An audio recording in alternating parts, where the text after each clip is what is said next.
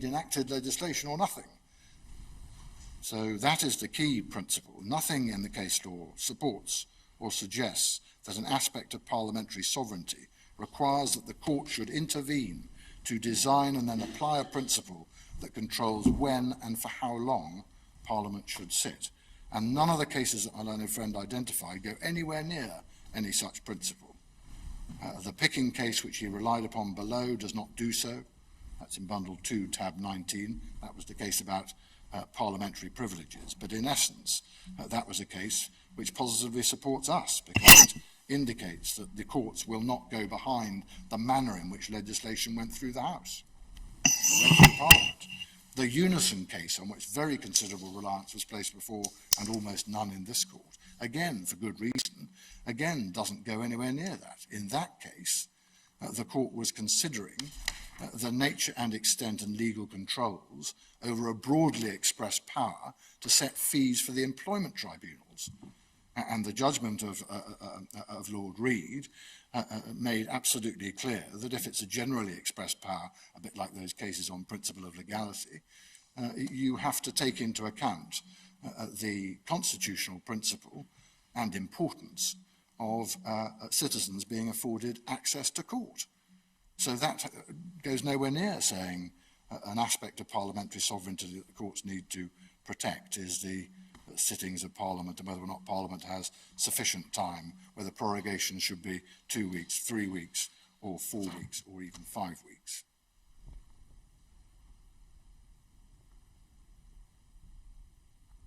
So that's what I wanted to say about all of that.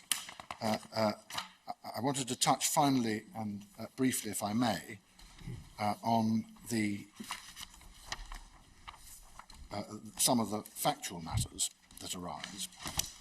And this is, if you will, under a heading lawful in any event.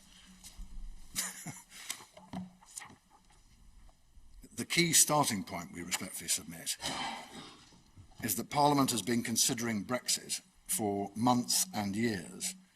It has had the opportunity to make whatever legislative provision it has wished over that period, and it has in fact made a plethora of legislative provision, including and starting with the authorising of the giving of the Article 50 notice following Miller 1. Specifically, Parliament, and more directly, Parliament has decided with this set of deadlines in mind to make Section 3 of the Northern Irish legislation. And the prorogation decision thus sits in a context in which Parliament would sit and would debate and legislate, if it chose to, in the week leading up to the prorogation on the 9th of September, and would have further opportunities after the Queen's speech on the 14th of October. That period, as we've seen, being conditioned by the primary legislative provisions in Section 3. Doesn't there have to be a debate on the Queen's speech? There has to be a debate on the Queen's speech. How long does that customarily take? 8 days? 5 days. 5 days.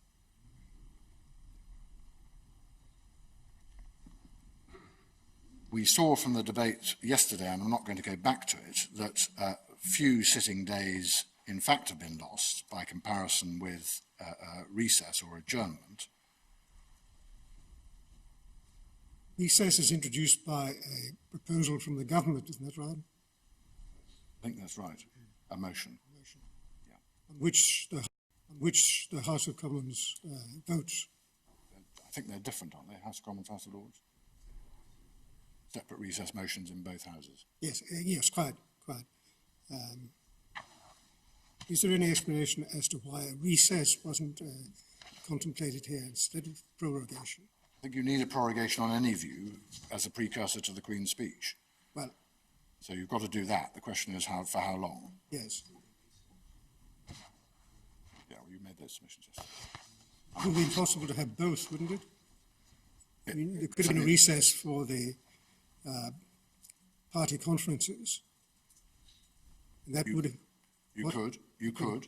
I mean, And then in theory, you can have any combination of the two. You and then a need conventional prorogation. prorogation period Yeah, thereafter. you could in theory have a shorter prorogation period, a longer period of recess. But Of certainly course, the historic, decision not to go for a recess combined with prorogation meant that Parliament was deprived of the opportunity to vote on whether it would go into recess over the party conference period, or because of imminent events, it would choose not to do so. well, my submission is that it's had plenty of opportunities to regulate its own sittings by legislation at all stages. That's not put by way of contention. I simply want to clarify the situation. Yeah. My Lord, just before leaving that, without wishing to make a jury point against an eminent politician, one of the examples given of recess being taken into account for the purpose of determining the length of prorogation was when Sir John Major was Prime Minister. So you got that choice, certainly, but the idea that recess needed to be thought about was a relevant consideration and so on, that respectfully is a matter of political choice. In the memoranda to which Lord Keane took us yesterday, there isn't any discussion about the possibility of going into recess combined with prorogation. There isn't discussion of that. There is discussion of the party conference season. There is discussion Oh, of the number of sitting days actually lost. There is discussion about facilitating the SNP party conference. There is discussion about the bills falling, and so on. So those choices are all available, in theory. But what first point I wanted to make on the facts, I'm not going to spend long on them, but the first thing I wanted to make, submission I wanted to make on the facts, is that it is plain from those underlying documents, both from the Nicky da Costa memo of the 15th of August, and in particular from what was said by the Prime Minister to the Cabinet, that there was real concern to ensure that Parliament had adequate opportunities, sufficient opportunities to debate these matters.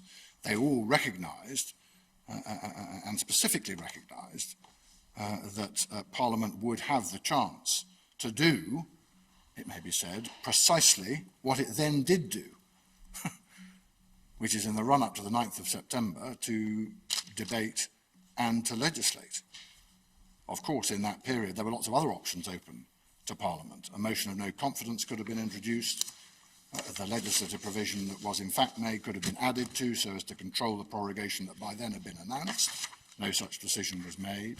No such decision was made to alter, no decision was made to alter Section 3 and the requirements that it contained for Parliament to sit in the run-up to the 31st of October. None of that was done.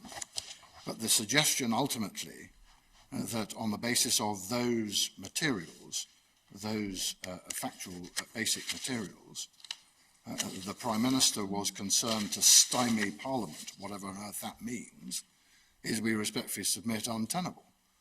Of course it is true, as everyone has acknowledged, that if you prorogue, prorogation has the effects that I've identified.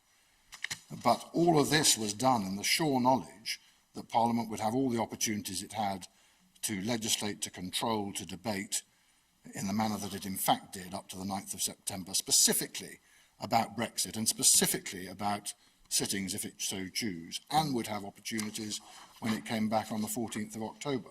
So that basic attack, if the basic attack is this was improper purpose or improper motivation or improper effect, if there is such a doctrine, because it was designed to stymie Parliament, we respectfully submit it is unsustainable. And we have produced, and I should make it absolutely clear, we have produced exceptionally the Cabinet Minute. Those are minutes which are produced only with extraordinary rareness. And you have the documents that went to and from the Prime Minister in terms of the briefing to him.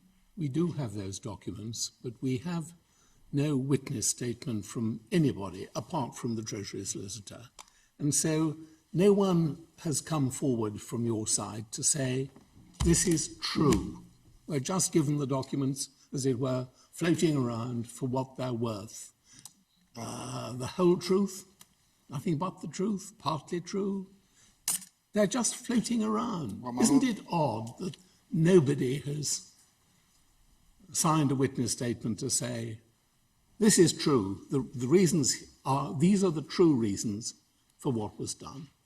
My Lord, you have the witness statement you have. You have the witness statement you have. My submission is that in the light of the case law you were taken to yesterday, which I don't go back to, it remains open to the court to make judgments about the facts on the basis of the underlying documentation if that is produced. That underlying documentation has been produced. It's documentation at the top of government, briefings directly to the Prime Minister twice, and what the Prime Minister said to Cabinet and what Cabinet discussed on that occasion. And no one has suggested that those are not proper documents. You saw also the letter from GLD, from the Government Legal Department, that you were taken to yesterday. So my Lord is right. You don't have a witness statement of the kind you traditionally would do. But there may be all sorts of reasons for that. How unusual is that? Because most of the judicial review, you're dealing with decisions that are recorded, and you don't expect to have an affidavit from the leader of the council to say, yes, of course, that was what we were doing, because I don't know if it's clear. And equally, in some cases, what one has is a mere covering affidavit that says, here's the ministerial submission, which had a tick on it. The suggestion here seems to have been that the Prime Minister should personally have sworn an affidavit and then have been subject to cross-examination on it. No, I've never experienced that. I think Lord Pennock said that that was one alternative. Yes, the alternative was the Cabinet Secretary to make a statement. But what, would that be practical? And I'm generally concerned to know how this should be done if Lord Pennock is right, because the idea that the Prime Minister would have to come back from Luxembourg in order to be cross-examined. I've never been involved in a judicial review, if I'm allowed to give evidence. I've never been involved in a judicial review in which the Minister who made the decision has actually given a witness statement. But would the Cabinet Secretary have been... Possibly. Civil servants often do. Yes, but And that can be in a variety of forms, including simply saying the reasons for the decision appear from, or here is the Minister... Would the Cabinet Secretary have been cross-examined on what the government's motives were? Well, my Lord, if any such application had been made, it would have been resisted like fury, but that mere possibility is a feature. It's just I think it is important that in the context of judicial review, one comes across these sort of issues about how the evidence should be dealt with. Yes. And it's not always straightforward. No, but my Lord, certainly in relation to the actual Minister or Secretary of State, it is undoubtedly not the practice. Indeed, my experience is it's uniformly not the practice that the Secretary of State would produce a witness statement of that kind. Setting for this discussion, I think, is that Lord Pennock says, well, the appellants had made clear to the government what they conceived to be and alleged to be the true motives for the prorogation. The only answer that the government has given is to produce documents which predated the allegation, and it would have been entirely conventional and to be expected that a statement would be made in which it was averred that those documents contained the only reasons for the prorogation, and there's no explanation as to why that conventional course was not followed. Well, there isn't. But the answer is you have the documents that were produced, and the documents that were produced were at the height of government, as I've indicated, and you have the letter from GLD saying the search... The point that I'm making, Sir James, the essential point is that those were not in reaction to the case that was being made against them. They weren't, my Lord, but one needs to be a bit careful with that, because otherwise any claimant can turn up and make any allegation and then say, well, there we are, and now I'd like to cross-examine you about it. So, I mean, there are questions there, but the basic legal position is that the court can operate, and we respectfully invite them to operate, on the basis of the underlying documents that have been produced, particularly documents of that seniority, if I can describe them in that way. And if you do look at those documents, as we respectfully invite the court to do, certainly the suggestion that the Prime Minister was operating on the basis that Parliament was intended to be stymied is untenable. Both in the briefing to him and in his statements to Cabinet, he made it absolutely clear that he well understood that Parliament was going to have the opportunities that it in fact had. And indeed, if he'd tried to say that, knowing that Parliament was going to come back on the 3rd of September and do what it in fact did, it was entirely predictable. It was either going to be a motion of no confidence or it was going to be legislation. And so the idea that Parliament would be deprived of the opportunity to take whatever steps it wished in that run-up, including in relation to the sittings of Parliament, is just simply untenable. The second and final point I wanted to make on the facts, and then I will finish, is really by way of invitation. I haven't got time now, and I don't intend to go through the documents themselves, but we do respectfully invite the court to read, I'm sure the court will already have read, particularly the first Da Costa memo, which is the briefing to the Prime Minister, and that cabinet minute. And from those documents, we respectfully submit that it does appear that there were a myriad of reasons for the length, which is truly what we're arguing about, of this prorogation. You may say, well, it hasn't covered recess versus prorogation, it hasn't covered the precise period and so on. But in truth and in fairness, reading those documents, the evident aim was tolerably clear, and it was that everyone, and particularly the Prime Minister, was concerned to get to a place where a Queen's speech was produced. They recognised that prorogation had the effects it was going to have. They fully recognised that the context would involve parliamentary opportunities to do what they in fact did. They recognised that some bills would fall, wash up would need to be considered, all those parliamentary matters would need to be considered. And in particular, the paragraph my Lord Keane took you to yesterday, paragraph 10 in the Da Costa memo, they recognised that the central planning assumption, I think as it was put, to get to the Queen's speech was incredibly tight anyway, and a period of 5 weeks was, as it were, the minimum that would be required to get there. Now, you can say, as Lord Kerr no doubt would say, well, what about recess? You could do recess and then they could do PQs and parliamentary committees and all the rest of it. But the fact of the matter is that there's a short period within which government intensively prepares, not merely for all the possibilities that Brexit throws up, but for the preparation and presentation of a full-blown new legislative agenda to deal with a whole raft of domestic governmental policies. And so the question you're in truth being asked is, can it be said that that was improper? We respectfully submit not, because the primary basis for that has gone, once you recognise that the Prime Minister fully appreciated Parliament would have the opportunity it had. But can you say that that was an irrational or improper judgment in relation to the length of it, or even in relation to whether it should be adjournment or recess, with all the business of Parliament dragging ministers and civil servants' attention off, or should it be a short period of prorogation of that description to prepare for the Queen's speech? How does the court answer that question? We respectfully submit it's impossible for it to do so. Could it be 5? Could it be 4? Could it be 3? Should it have been something else? No manageable or judicial standards, we respectfully submit, and not appropriate for the court to be in that territory. If Parliament wants to do it, it can do it, and it has done it. And that, we respectfully submit, is the answer to this appeal. So for those reasons, we do respectfully submit that the Divisional Court's judgment was entirely correct for all the reasons that they gave. I'm going to write that down, Sir James. Yeah. I should have said that at the beginning and just sat down, maybe. No. So James was looking at me because I thought you hadn't finished. He knew that I couldn't be tempted. I couldn't be tempted to another question. Is it accepted that there was a political advantage to the government in having a prorogation period of 5 weeks?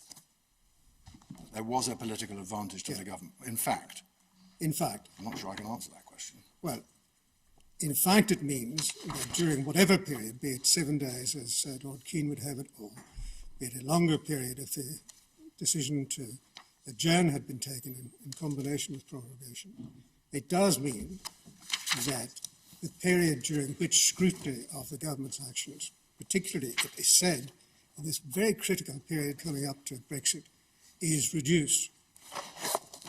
Now, can it be other than the case that that represents an advantage to the government, a political advantage to the government? Well, my Lord, there's political advantage to the government in having, as it were, a clear space. You can certainly accept that, and having a clear space when it isn't subject to the daily grind within which to prepare, not merely to do all the things that have to be done in relation to Brexit and the negotiations and all that, but also to prepare the Queen's speech. And you saw paragraph 10 in the Da Costa memo. So to that extent... Your answer in summary is, well, it saves a lot of time when you could be devoting your resources elsewhere. But my question is a rather different one, and that is, whether there is, if it be the case that scrutiny is rendered impossible, could that not be properly regarded as an advantage to the government? Well, I mean, I suppose it could be in theory, but... So the respondent's case here is that's a purely incidental benefit, not one that was sought. My lord, that's, I mean, you read the memos and you read what was said to Cabinet and you make But your own that mind. depends upon us accepting that the memos are comprehensive of the reasons that the 5-week period was chosen. And that's why it may be argued that a statement, a contemporaneous statement, in reaction to the case made against you, might have been not Well, only valuable but in essential. fairness, I think the only case that was advanced about that was not that government was seeking a political advantage and having lack of scrutiny in that sense on the facts. The case that was factually advanced, based on the interviews to which Lord Pannick took you, was that he was trying to improve the position of the in negotiations with the EU, and that was in some way improper. And we certainly wouldn't accept that. But, my lord, prorogation is what it is. You can certainly work on the assumption that everyone understood that prorogation had the effects that it has. But my respectful submission is, even if you were to conclude that some part of the motivation for the length of the prorogation, which is all that is attacked, was political advantage, that is not unlawful. And this is the territory in which you are being invited. You're being invited to judge different species of political advantage. Is one relevant? Is one proper? Is one improper? And for all the reasons I've given, we submit that isn't an appropriate place for the court to be. One day, my lord, I will persuade you of something. Perhaps not yet. Can I ask you one or two questions about relief? Yes. My lord, just before you do, can I say, I mean, it'd be very helpful to have the questions, but can I say that what we are proposing to do on relief, and I've discussed this with Lord Keane, we think it's quite important that we should have something very short in writing on relief. Not least because there's an issue, it appears, or a potential issue about proceedings in Parliament. There are the various stages to prorogation that you know about.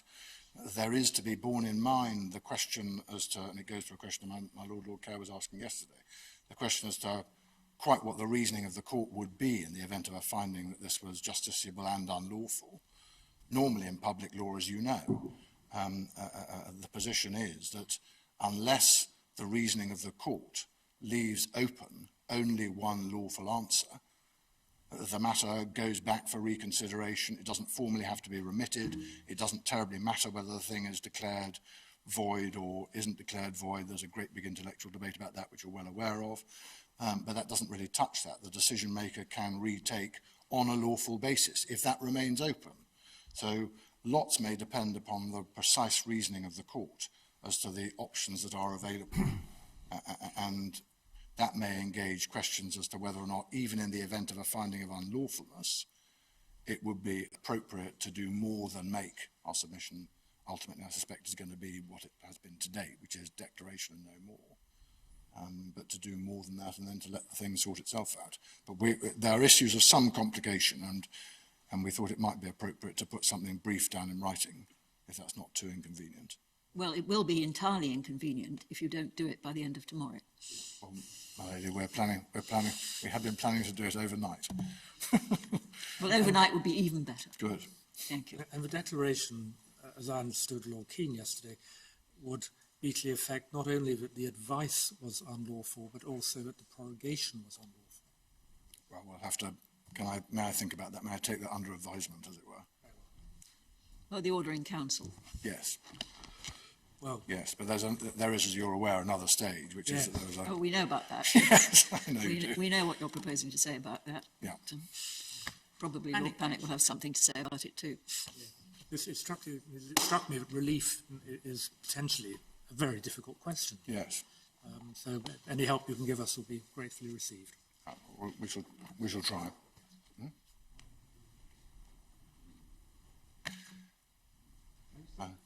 If I may, that Lord Pannick did refer to Ahmed and Treasury